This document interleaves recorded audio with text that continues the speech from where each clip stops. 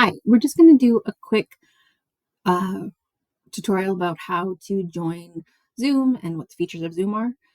So when you open either your Zoom app or you click on the link that I've sent out, Zoom should open and then you may have to join the class. So then you should have an icon that looks something like this plus that says join.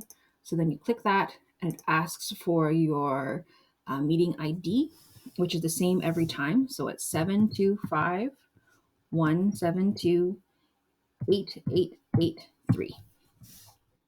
So that is our class link for every single class.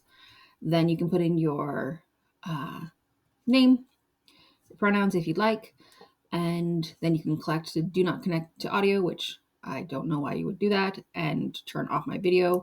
I would encourage you to turn off your video just because that makes it easier to stream. And I am recording this, our classes for YouTube to post for other students to use. So it's probably best. It's your call, but I don't have my video on. And then you click join. And then it thinks for a minute, hopefully not too long. I'm not sure why it's taking so long. Oh, there we go. And then this icon should come up that says join with computer audio. And then you can join with computer audio so you can hear. You're also likely to have a button that comes up that says this is being recorded because I record all of our lessons. And so then you can click got it, that you understand that it's being recorded. Then usually this screen won't be black. It won't just have my name here. But once class starts, then it will have our lessons on the screen. And you can click on these buttons down here. So you can click the mute to turn yourself off or turn yourself on. I will have my sound on. I ask you to have your sound off unless you are asking questions, just because we don't want to have background sound. Then your video, if you want to turn on your video for whatever reason, then you can also chat. So you can click here and you can type messages in. If you want to ask me a question, you can type messages in here. You can send them to everyone in the meeting. Right now, there's nobody else in the meeting, so it only gives you the option of everyone, but you can also send messages directly to people opposed to everyone. You can send them directly to me or to other classmates if you needed to do that, which I doubt you would. But that is an option. You can do emojis if you want to. You can attach something if you need to. If you want to write something down and then take a picture of it and attach it, you could do that as well. So then you also, my screen will be sharing, so you don't need to worry about that. Reactions is another thing. So if you have a question, you can raise your hand, and then I will see. It'll come up for me that I will see that you have a question, and your hand will raised. And then when you are done asking your question, and we're done talking about it, then you lower your hand. So then you can then raise it again if you have another question. You can also give a thumbs up or any of these other emojis, any emoji in terms of how you're feeling. You can set your skin tone, which I encourage you to do. I'm white, so I set my skin tone as white. No one worries if you don't want to.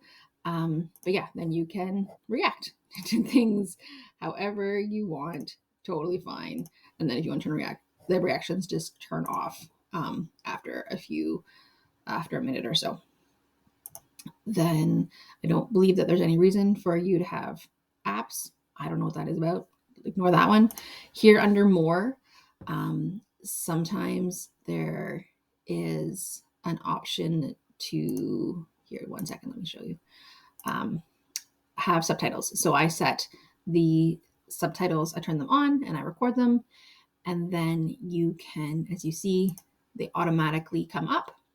And if you want to turn them off, you can go to hide subtitle and turn them off, and then they go away. I don't record with the subtitles on, so people can choose when they're watching the YouTube to turn that on or off.